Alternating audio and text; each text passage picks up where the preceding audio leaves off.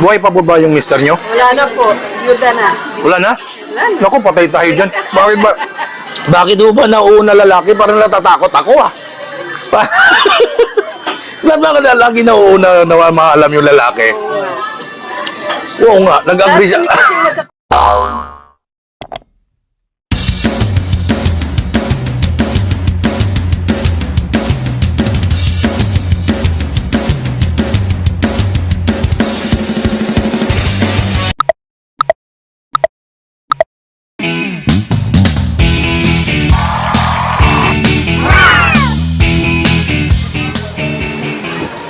Hello mga Kanuwal Vlogs! Kamusta po lahat dyan sa masulok ng mundo? Ngayon nandito tayo sa pamilihan ng bayan ng Santa Ana.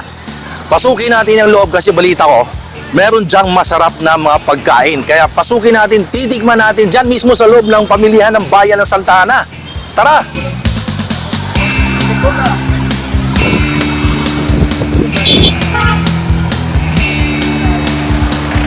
So nandito na tayo guys sa loob ng palengke ng Santa Ana. Dito pala sa loob ng palengke ng Santa Ana, tabi-tabi ang tindahan ng mga palabok at mga karinderya, mga kainan, iba't ibang ulam. Tapos doon sa gitna, pinakagitna, nandun yung Aling Baby's Palabok, isa sa sikat na palabok dito. Pero bukod sa Aling Baby's Palabok, marami pa dito nagtitinda na tayo sa Aling Baby's Palabok. Ayan oh, Baby's Palabok. Ayan.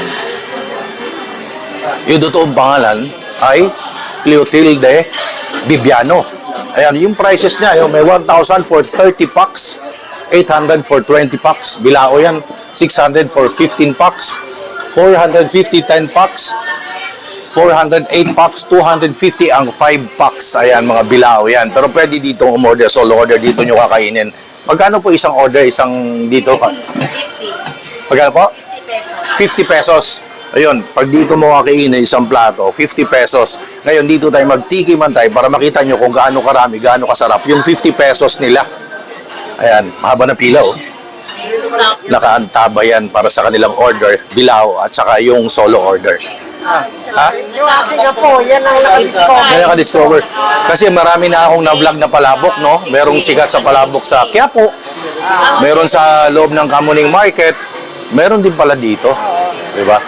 So guys, hindi lang pala sikat ang palabok yung pinupuntahan sa Quiapo, sa Kamuning Market. Meron din palang sikat na palabok dito sa Santa Ana, Manila. Sa loob mismo ng palengke. Ayan, katunayan dyan, no? Yung mga sila mami, napanood lang daw nila sa, ano po? Sa vlog. Ayan, sila sir, ayan.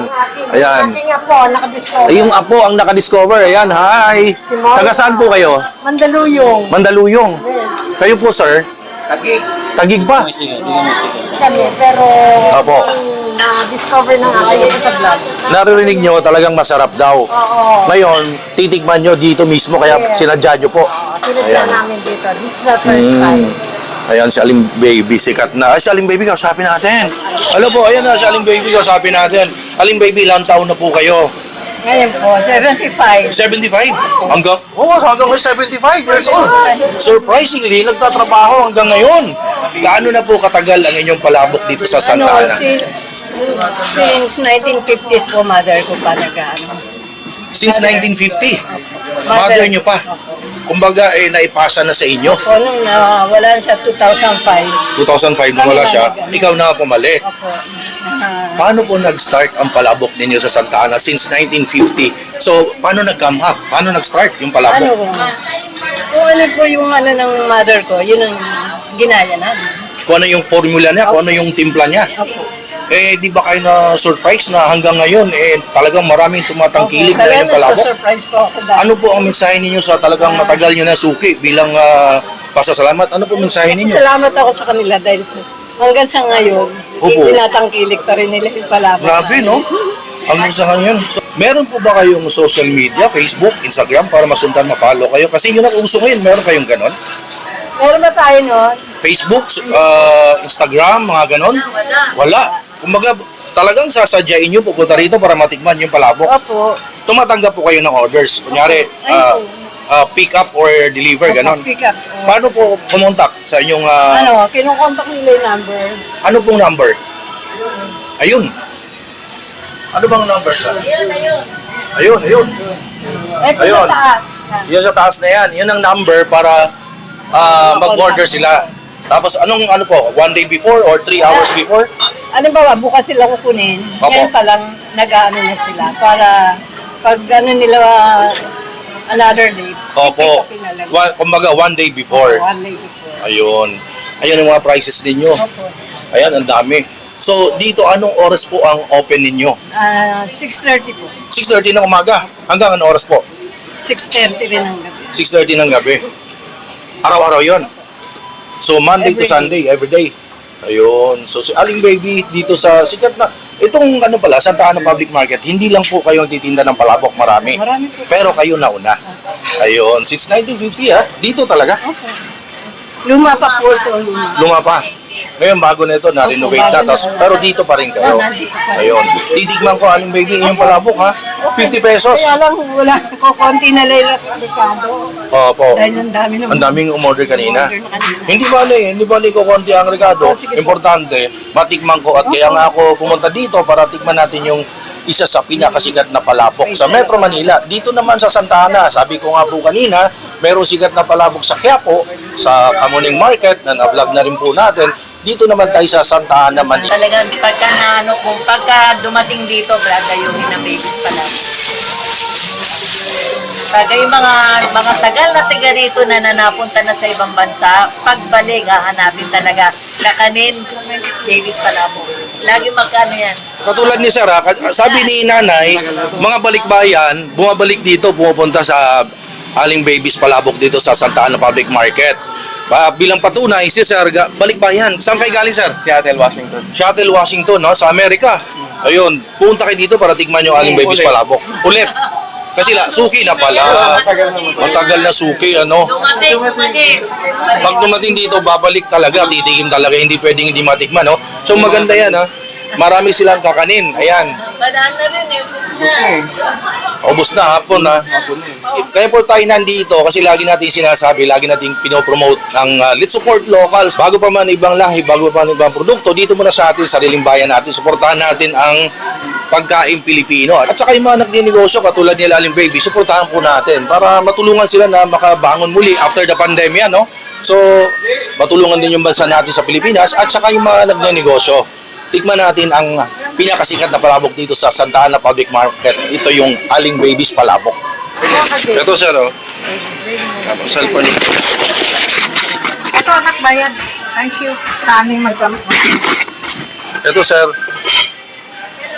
Cellphone sticker.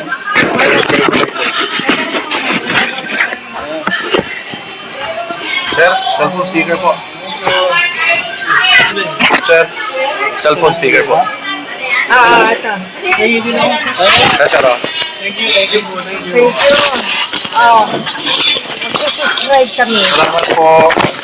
Aling Baby, bakit kayo pa nagliligpit yan? Umalis po yung aming tagaligpit. Umalis yung Nag-update. nag-update. Ayun, nagpahinga. Nag-day off, kumbaga. Napagod. Aling Baby, manawagan po kayo na yung mga hindi pa nakatikim na inyong palabok, imbitahin niyo po sila na pumunta dito sa inyong tindahan. Ano ba? Ang mga suki. Ayun po. Yung mga hindi pa nakakatikim. Hindi po mga nakakatikim ng aking palabok. Pumunta po kayo dito. Tikman nyo naman. Para kayo masiyahan. Masarap. Aling Baby, ano po ang exact address nito? Ano po? Santa Ana Public Market. Public Market. Sa Centro loob. Mall. Oh, yun. Pumunta lang kayo sa Santa Ana Public Market. Nasa loob, hanapin nyo ang Aling Babies Palabok. Since 1950. Aling Baby, maraming salamat sa pagbahagi ng inyong masarap na palabok. Mula ng 1950s sa iyong mother pa hanggang ngayon. Ha? Tapos, bilang pasasalamat na rin, ako na rin kasi matitikman ko na finally ang pinakamasarap na palabok ng Santa Ana. Tikman nyo po kung ano masasabi nyo. Yes po. Ito na yung Aling Babies Palabok. Isa sa pinakasikat na palabok dito sa Santa Ana Public Market. Sa loob, ha? Bawal to sa mga masaselan. Ayun, nakatingin mismo yung maaari sa Aling Baby. Aling Baby! Ayan. Ito yung kanyang 50 pesos lang na palabok dito sa Santa Ana Public Market sa loob. Since 1950. Ngayon, merong taba ng baboy, may itlog, may pork, may chicharon, may tinapa. Ang daming sahog, guys. Pag naubos yung sauce, pwede kayo humingi ng sauce, extra sauce, free. Ganong katindi ha, free na yun ha. Ayan, tingnan nyo ha. Ganon o, ayan o. Wow, ang init sa ilalim, ang init ng puwet ng plato ha. Ayan o. Wow. Grabe ha. Bawal sa masyalan dito ha. Sa loob mismo ng palengke ng Santa Ana Public Market, nandito ang tagong sikat na palabok. Since 1950 pa. Isipin nyo, mother pa niya ang nag-start nito hanggang ngayon napamana na sa kanya. Si Aling Baby ay 75 years old. 75 na siya. Hanggang ngayon, nakakahanga, nakakatuwa. Nagtatrabaho pa. Maraming salamat po na sa masarap na palabok ninyo ay binahagi nyo sa mga Pilipino. Ayan po. Tapos dito tayo magtikiman time. Lagyan natin ng, of course, yung kalamansi. Masarap yun pag may kalamansi. Oh. Ayun na guys. Oh. Ayan, may kalamansi na. Kompleto na. I-mix na natin. Ayan. 50 pesos. Ibig sabihin, napakamura nito. Kasi ang iba, 80, 70, 75. Ganun yung mga palabok na natikman natin. Pero dito, meron palang 50 pesos. Ayun, oh. Tikiman time.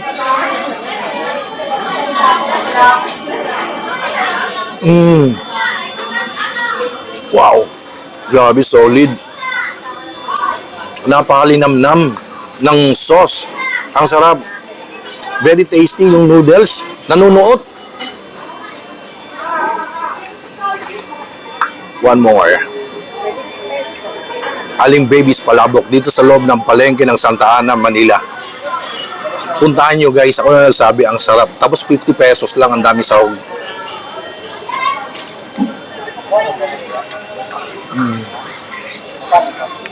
Grabe ito. Kumbaga, dito sa loob ng, kumbaga para kayo nagpalengke tour, dito sa loob ng Santa Ana Public Market. Again, hindi lang si Aling Baby ang nagtitinda ng palabok. Dikit-dikit sila. Marami sila. Pero isa siya sa pioneer na nagtitinda ng palabok dito. Isipin nyo naman, 1950 pa. Nag-start yung kanyang mother, tapos kapamana na sa kanya.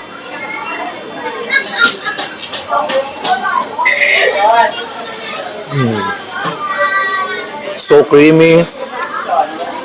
Ang dami sahog. Napakamura, 50 pesos.